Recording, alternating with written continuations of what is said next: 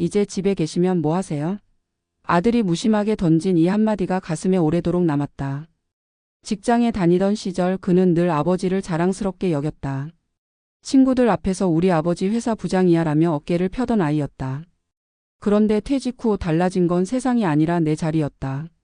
아버지로서, 가장으로서, 사회 구성원으로서 존재감을 잃고 나니 가족 안에서도 점점 투명한 사람이 되어갔다. 함께 식탁에 앉아도 묻는 이 없고 내가 낸 의견은 공중에서 맴돌다 이내 사라졌다.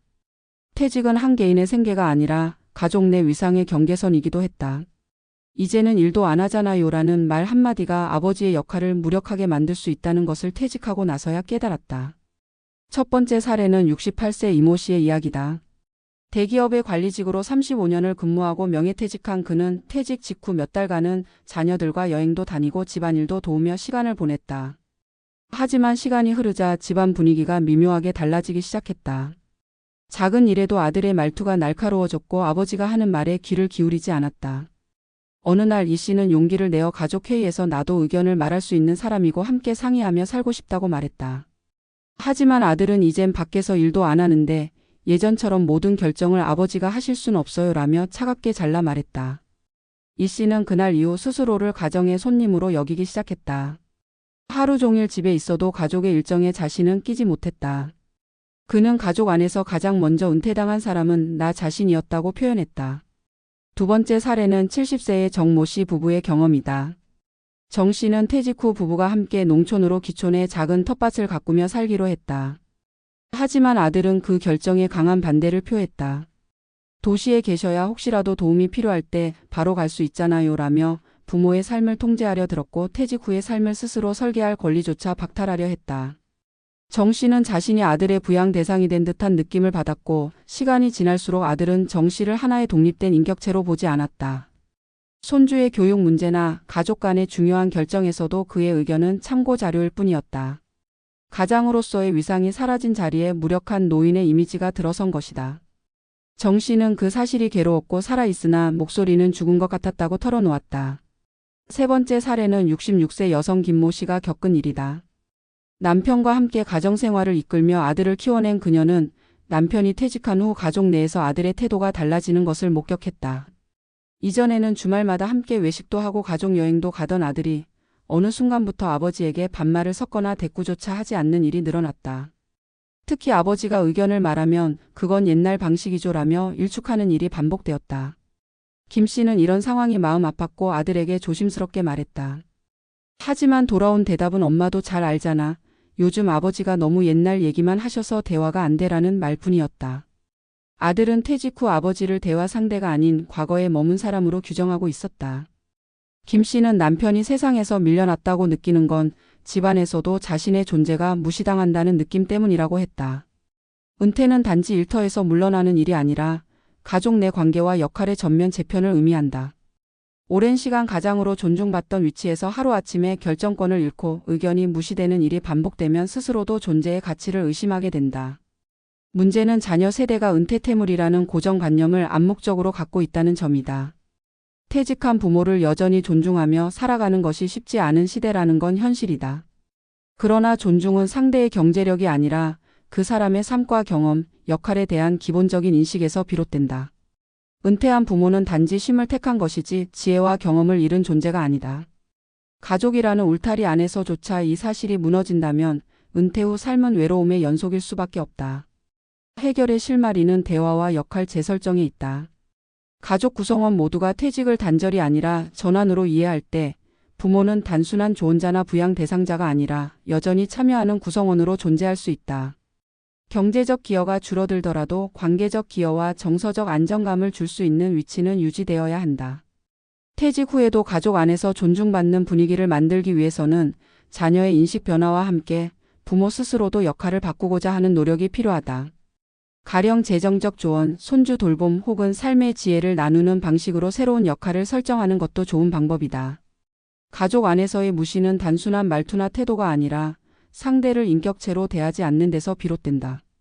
은퇴 후에도 존중받고 싶다면 그 존중을 얻기 위한 관계의 재건이 필요하다. 은퇴는 한 사람의 직무 종료가 아니라 새로운 정체성의 시작이다. 그 출발점에서 가족의 태도는 무엇보다 결정적이다. 무시와 침묵이 아니라 경청과 인정이 있다면 퇴직 후의 삶도 여전히 존엄하고 의미 있게 이어질 수 있다. 일터 밖에서 잃어버린 자존감을 가정 안에서 회복하지 못한다면 은퇴란 결국 고립의 다른 말일지도 모른다. 우리는 다시 묻는다. 은퇴한 아버지는 가족 안에서 어떤 존재로 남아있는가? 그리고 그 존재는 여전히 소중한가? 퇴직은 단지 한 사람의 직업적 여정이 끝났음을 의미하지 않는다. 그것은 동시에 가족 구조 속에서의 역할, 기대, 위계마저 흔드는 변화의 출발점이다. 오랫동안 가정을 경제적으로 지탱하던 가장이 일을 멈추는 순간 많은 가족은 당황스러운 침묵에 빠진다. 이제 더는 급여가 들어오지 않기 때문에 조심스레 말투를 바꾸는 자녀, 결정권에서 배제된 채 조용히 식사만 하게 된 아버지, 누군가의 목소리에 반응하지 않고 휴대폰만 들여다보는 가족 구성원들. 눈에 보이지 않지만 퇴직자는 그 자리에서 천천히 지워지고 있는 것이다. 전문가의 시선에서 바라볼 때 이는 단순히 가족 내 갈등이나 세대 차이의 문제가 아니라 한국 사회의 은퇴 인식이 만들어낸 구조적 고립의 결과다. 일 중심의 사회, 성과를 중심으로 가치를 매기는 문화에서는 일을 그만둔 사람을 존중의 대상으로 삼기 어렵다. 이 같은 인식은 가정 안에서도 그대로 반영된다. 자녀 세대가 어릴 적부터 경쟁 속에서 자라며 내면화한 성공과 효율의 논리는 아버지의 삶을 과거형으로 규정하고 이제는 역할을 다한 사람으로 대하기 시작한다. 퇴직자의 삶이 무시당하는 데에는 구조적 원인과 더불어 은퇴 이후 자기 존재를 스스로 포기하는 경향도 영향을 미친다. 일터에서 쌓아온 명함과 직함은 더 이상 유효하지 않고 그로 인해 존재, 가치를 상실했다고 느끼는 이들은 자신도 모르게 침묵 속으로 물러선다. 가족과의 대화에서 뒷전으로 밀리고 조언을 하려 해도 그건 요즘 세상과 달라요라는 말에 입을 닫는다. 이는 결국 더 이상 나설 이유가 없다는 자기 검열로 이어지며 존재감의 소거를 더욱 가속화한다. 하지만 전문가로서 분명히 말할 수 있는 점은 퇴직 후에도 가족 내에서의 존중과 영향력은 다시 회복할 수 있다는 것이다. 다만 그 회복의 시작은 전과 같은 방식의 권위 회복이 아니라 새로운 관계 설정과 기능 변화에서 비롯되어야 한다. 즉 퇴직 후에는 더 이상 경제적 권력자가 아닌 정서적 기둥으로 혹은 지혜의 전달자로 자리매김해야 한다는 것이다. 이를 위해서는 먼저 퇴직 당사자의 인식 전환이 필요하다. 은퇴는 상실이 아니라 전환이며 새로운 역할을 위한 가능성이라는 사실을 받아들여야 한다.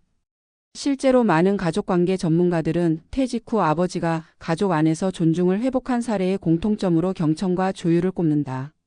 자녀의 생활 방식을 강제하려 하지 않고 조언보다는 질문을 던지며 함께 문제를 풀어나가는 자세가 중요하다는 것이다.